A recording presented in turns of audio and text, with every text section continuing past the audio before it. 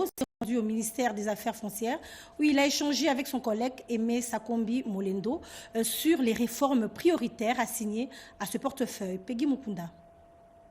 Les ministres d'État, ministre du Plan et de la coordination de l'aide au développement, Guylain Nyembo, a poursuivi ce début de semaine sa campagne de présentation du tableau numérique de suivi et d'évaluation des réformes du climat des affaires auprès des ministres réformateurs. Accompagné de la cellule climat des affaires de la présidence, il a été reçu par le ministre des Affaires foncières, Onej Nsele. Ensemble, ils ont passé en revue les réformes prioritaires assignées à ces portefeuilles. Nous avons besoin des gros investissements et l'État ne peut pas se permettre d'aller seul. Donc il faut que le monde privé puisse l'accompagner. Pour l'accompagner, nous avons besoin de lui montrer que nous avons suffisamment pris à cœur leurs préoccupations.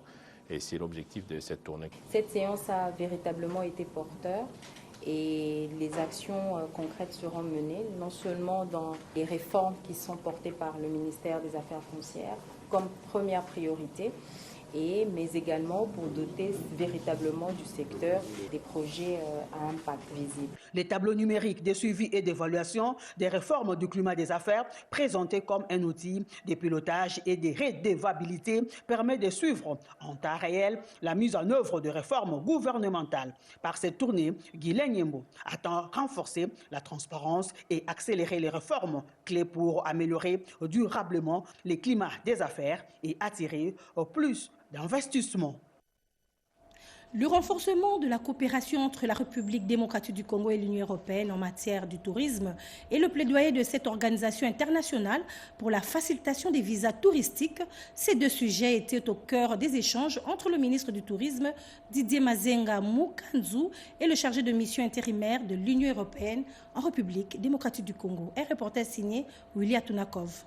L'appui de l'Union européenne dans le secteur du tourisme, partenaire technique et financier de l'Institut congolais pour la conservation de la nature, ICCN, et l'accompagnement du gouvernement congolais par l'entremise des ministères des Affaires étrangères et du tourisme dans la facilitation des visas aux touristes en RDC, un pays potentiellement riche en flore et en faune. Toutes ces questions ont été évoquées au cours des échanges fructueux que le ministre, Maître Didier Mazenga Mukanzu, a eu ce lundi 6 octobre en son cabinet avec Fabrice Basile, chargé d'affaires ad interim de la délégation de l'Union européenne en RDC.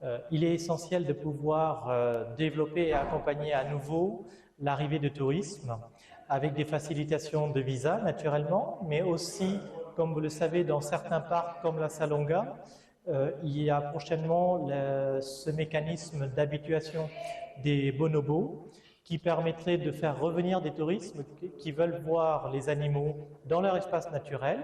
Nous avons abordé avec le ministre la question aussi de pouvoir permettre aux touristes de revoir les okapis dans leur milieu naturel. Donc mon plaidoyer était de maintenir la faune qui est aujourd'hui occupe des espaces immenses en RDC et que nous puissions naturellement accompagner le ministère et réintroduire aujourd'hui toute espèce dans leur espace naturel. Pour sa part, le ministre du Tourisme, visiblement très réceptif aux préoccupations majeures de l'Union européenne et qui tient à promouvoir le tourisme en République démocratique du Congo, a réaffirmé l'engagement du gouvernement congolais à renforcer la coopération entre Kinshasa et l'Union européenne.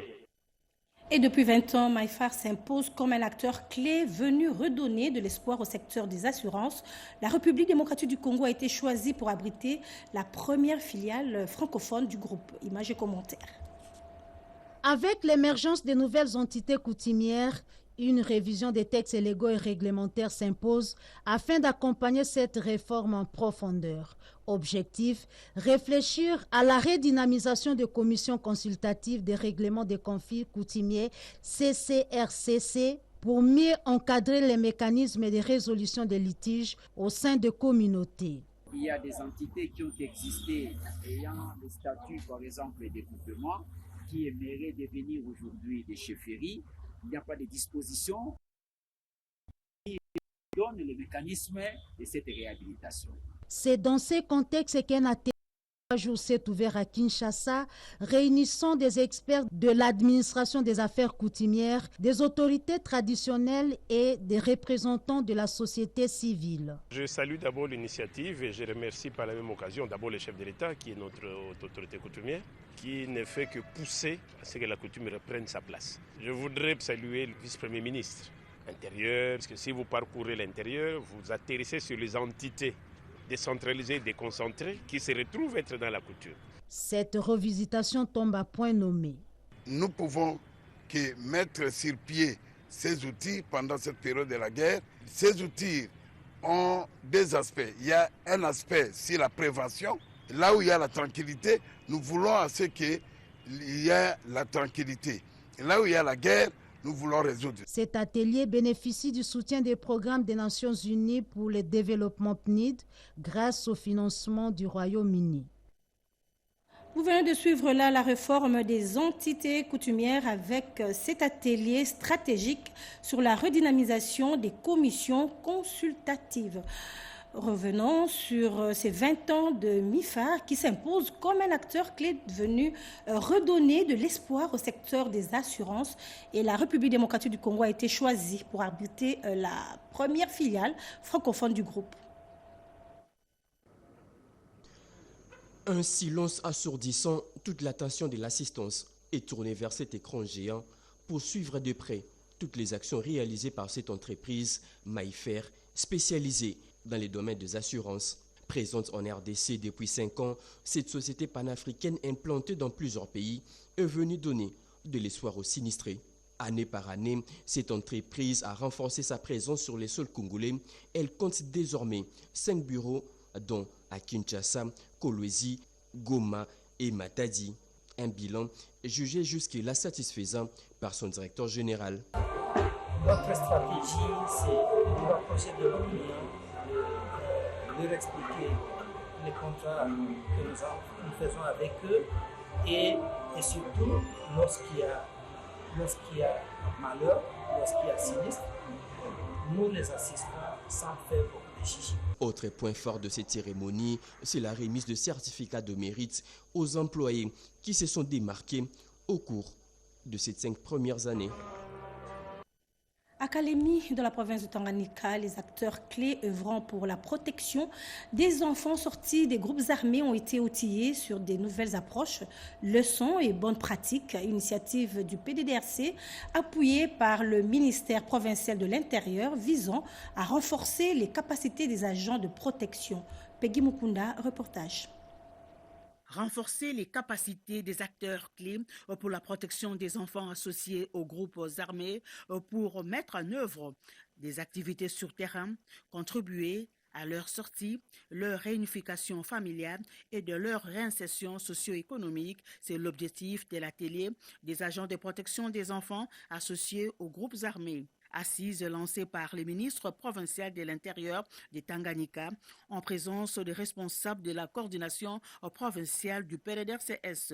Cet atelier permettra aux acteurs clés de la protection des enfants d'avoir les outils nécessaires pour mener à bien leur travail de terrain.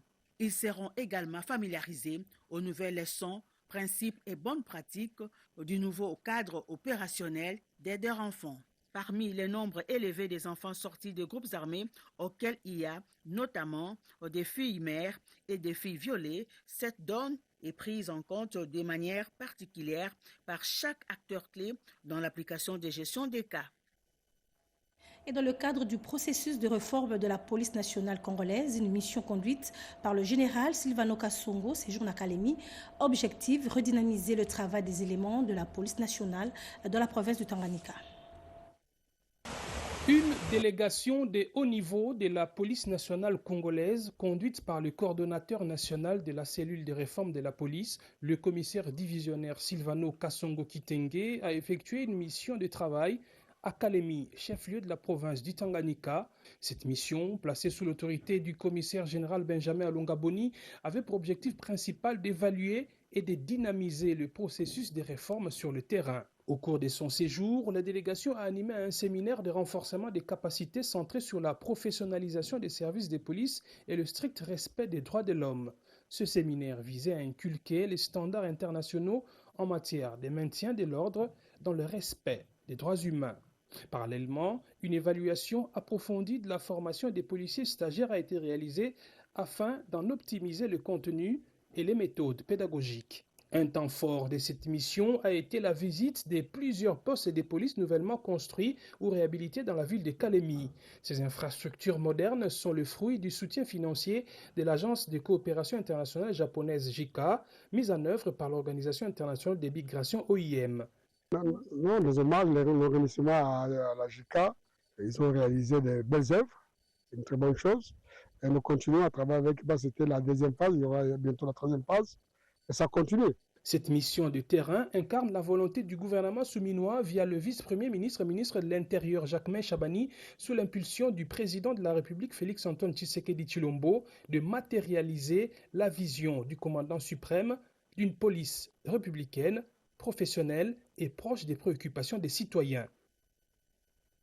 Concernant toujours la police nationale, évaluer leurs activités dans le Nord Kivu, précisément à Béni, c'est la mission que s'est fixée le commissaire divisionnaire principal de l'inspection générale de la police, le général Patience Mouchidiav. Un reportage de la RTNC Nord Kivu. Il est 15h, heure de l'Est, c'est l'aéronef qui atterrit à l'aéroport de Béni-Mavévi ce dimanche 5 octobre 2025. À ce bord, l'inspecteur général de la police nationale congolaise à la tête d'une délégation de l'inspection générale de la police nationale congolaise. Il a été accueilli au pied de l'avion par le commissaire provincial de la police nationale congolaise Nord Kivu, le commissaire divisionnaire adjoint Makambo Gimba Dieudonné. Les patrons de l'audit, enquête et évaluation des activités de service de la police nationale congolaise dit venir à Béni en tant que policier dans une mission de la sécurisation des populations et de leurs biens. Le commissaire divisionnaire principal Philémon Pansias Mouchidiav arrive dans l'est de la République démocratique du Congo aussi pour prêter main forte aux forces armées de la RDC pendant cette agression qui subit le pays dans sa partie est.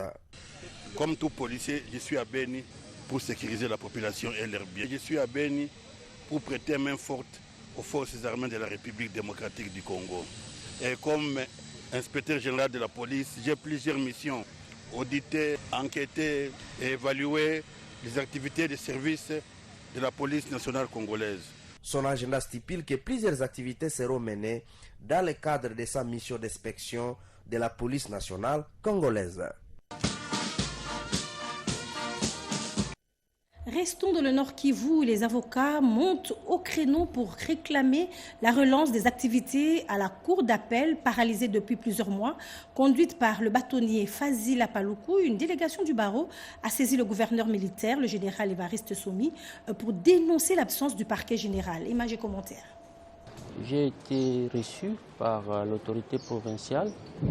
C'est dans le cadre du suivi de notre démarche en rapport avec le fonctionnement harmonieux de la Cour d'appel du Nord Kivu, qui est amputée d'un de ses organes, à savoir le parquet général. La Cour d'appel ne siège pas, ne tient pas ses audiences, parce que un des membres de la composition, le ministère public, n'est pas là. Oui, nous avions mené une démarche auprès des autorités judiciaires à Kinshasa pour que ces dernières puissent demander au parquet général de rejoindre la cour d'appel parce que le premier président de la cour d'appel et certains magistrats de cette cour sont présents à Béni. Alors ils ne peuvent pas siéger sans la présence du ministère public. Nous attendons de l'autorité provinciale qu'il appuie cette démarche dans la mesure de ses contacts pour que effectivement le parquet général puisse être opérationnel au niveau de Béni. L'absence d'une autorité hiérarchique permet à certains magistrats de se comporter comme ils veulent parce qu'ils savent qu'il n'y a pas une autorité pour les remettre à l'ordre.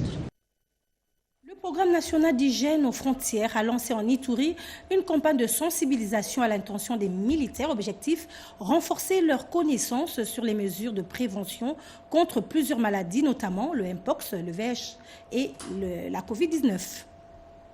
Le gouvernement congolais réaffirme son engagement dans la lutte contre les maladies qui affectent sa population. Cette mobilisation sanitaire portée par le ministre de la Santé, Dr Roger Kamba, et la directrice nationale du programme national d'hygiène aux frontières, PNHF, Dr Wivine Ngandou Malou, est mise en œuvre en province de l'Ituri par Dr Pondé Théophile, coordonnateur provincial du PNHF, sous le regard attentif du gouverneur militaire, le lieutenant-général Luboyanka Chomadjouni. Ce lundi, après l'unité des forces aériennes, le bataillon de la garde républicaine a été sensibilisé sur les mesures de prévention contre plusieurs maladies, notamment l'Mpox, le choléra, le VIH-Sida, le maladie à virus Ebola, la Covid-19 et d'autres pathologies à haut risque. Cette campagne est initiée par le service provincial de l'hygiène aux frontières en Ituri, en collaboration avec l'équipe technique, la direction provinciale de la santé et la zone de santé de Bunia. Notons que cette série de sensibilisation se poursuivra dans tous les points d'entrée de la province, à savoir Mahagi, Aru, Ingbokolo, Kassenu et Tchomia. En séjour à Ouacha, nous sommes là dans la province de Tuélé. Le gouverneur Jean Bakomi Tongambou a accueilli le ministre national des Mines, Louis Wantoum, venu dans le cadre du suivi des activités minières et du développement de la province.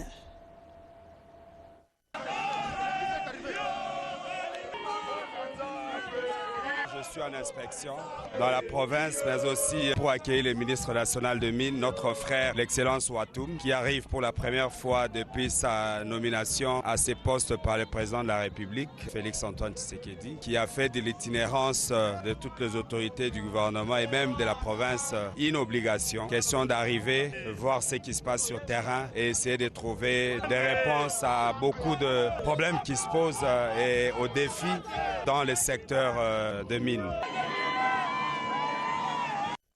Et soucieux de restaurer les infrastructures éducatives et touchées par les intempéries, le gouverneur du Haut-Ouélé, Jean Bakomi Tongambou, a remis une enveloppe aux responsables de l'ITEM, Isiro.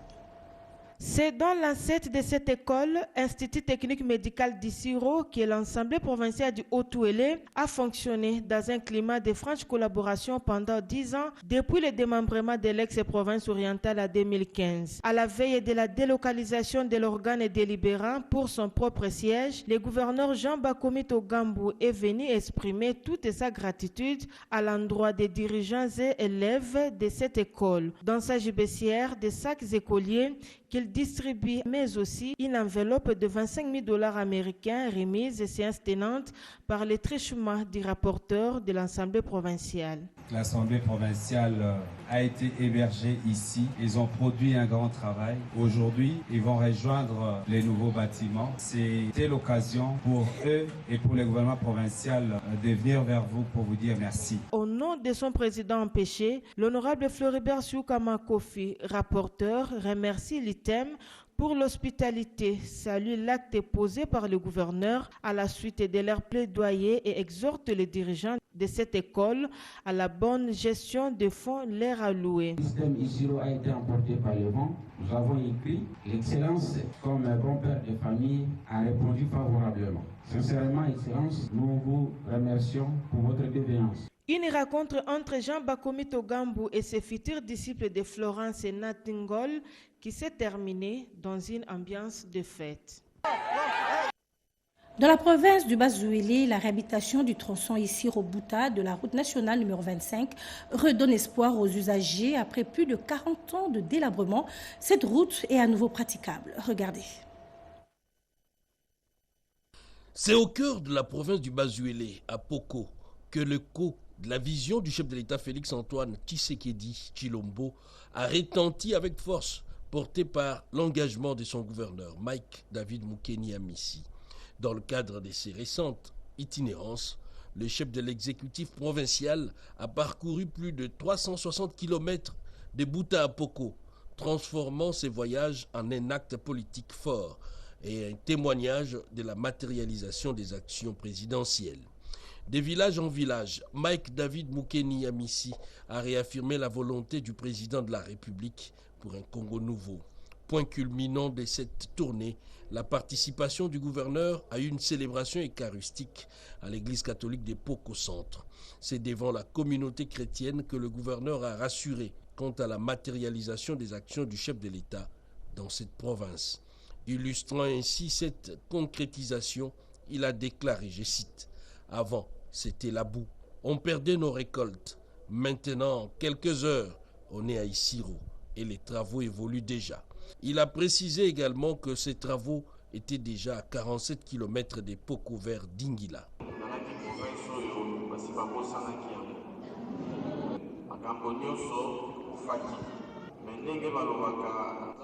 Notre province était longtemps oubliée, mais grâce à Dieu, nous avons un président chrétien qui a le souci du bien-être de la population et le développement de notre province. Cette tournée du gouverneur Mike David Mukeni Amissi à Poko est bien plus qu'une visite administrative. C'est un acte politique fort qui confirme la matérialisation de la vision présidentielle et rappelle en même temps que dans les Bazuélé, le chemin du développement est désormais ouvert et praticable. Le Congo nouveau est en marche. C'est l'histoire d'une promesse devenue réalité. Allons à présent à Inongo où l'Assemblée provinciale du Mai-Ndombe a ouvert mardi 30 septembre 2025 sa session ordinaire de septembre, principalement axée sur les questions budgétaires. Le président de l'organe délibéré de Mai-Ndombe, l'honorable Pascal Lokolo-Botapé, a de prime abord parlé de l'insécurité à Lubero, Beni et dans les territoires de Kwamuntu avec le phénomène Mobondo, puis il a compati avec la population du Mouchi, victime des dégâts de la pluie diluvienne ayant détruit plus de 700 maisons d'habitation et d'édifices publics. Il a sollicité l'aide humanitaire des autorités compétentes, c'est avant de réitérer son attachement indéfectible à la vision du chef de l'État, Félix Antoine Tshisekedi Tshilombo. À notre gouvernement provincial de venir déposer le plus tôt possible son projet de lit budgétaire afin de permettre aux honorables députés de disposer de suffisamment de temps pour son examen, son débat et son adoption. À cet égard, j'invite les honorables députés membres de la commission ECOFIN, quant aux honorables députés non membres de l'ECOFIN, et que leurs contributions sont attendues afin de permettre au budget qui sera voté de charrier les aspirations les plus légitimes. Ce budget doit en plus traduire en termes chiffrés la gratuité de l'enseignement prôné par les chefs de l'État, la gratuité de la maternité, l'appui à la vaccination et à la couverture santé universelle. L'honorable président Pascal Lokolo-Botapé a ainsi annoncé les travaux d'asphaltage des 10 km de voirie d'Inongo financés par le gouvernement central et l'engouement des investisseurs favorables pour le développement de Mai-Ndombe. Et puis enfin, en Kamba, les fidèles kimbanguistes ont commémoré le 104e anniversaire de l'arrestation de Simon Kimbangu par le pouvoir colonial belge. Une célébration marquée par l'appel du chef spirituel Simon Kimbangu Kiangani à la foi et au dévouement pour poursuivre l'œuvre de Jésus-Christ à travers celle de leur prophète. Iversion Kabouaba signe ce reportage. 3 octobre, journée historique pour les kimbanguistes. Les fidèles de cette église célèbrent ce jour avec faste le 104e anniversaire de la condamnation à mort de leur père spirituel, Simon Kimbangu, par le pouvoir colonial belge. Une date aussi dédiée aux dirigeants de la grande chorale qui se sont mobilisés au cours de cette cérémonie. Une occasion pour ces choristes d'offrir au chef spirituel et au représentant légal de l'église kimbanguiste, Simon Kimbangu Kiangani, des machines industrielles de haute qualité figurent parmi ces cadeaux offerts. Très ému de joie par cette présence massive qui témoigne du dévouement et de l'engagement de ces choristes, le chef spirituel Simon Kimbangu Kiangani a encouragé cette initiative. Il faut noter que ces festivités ont été également marquées par la présence de plusieurs autorités politico-administratives. Fin de ce journal, madame, monsieur, merci de l'avoir suivi et merci à toute l'équipe technique. L'actualité continue à 20h avec Sandra Nyangui Tabou. D'ici là, restez avec nous. Au revoir.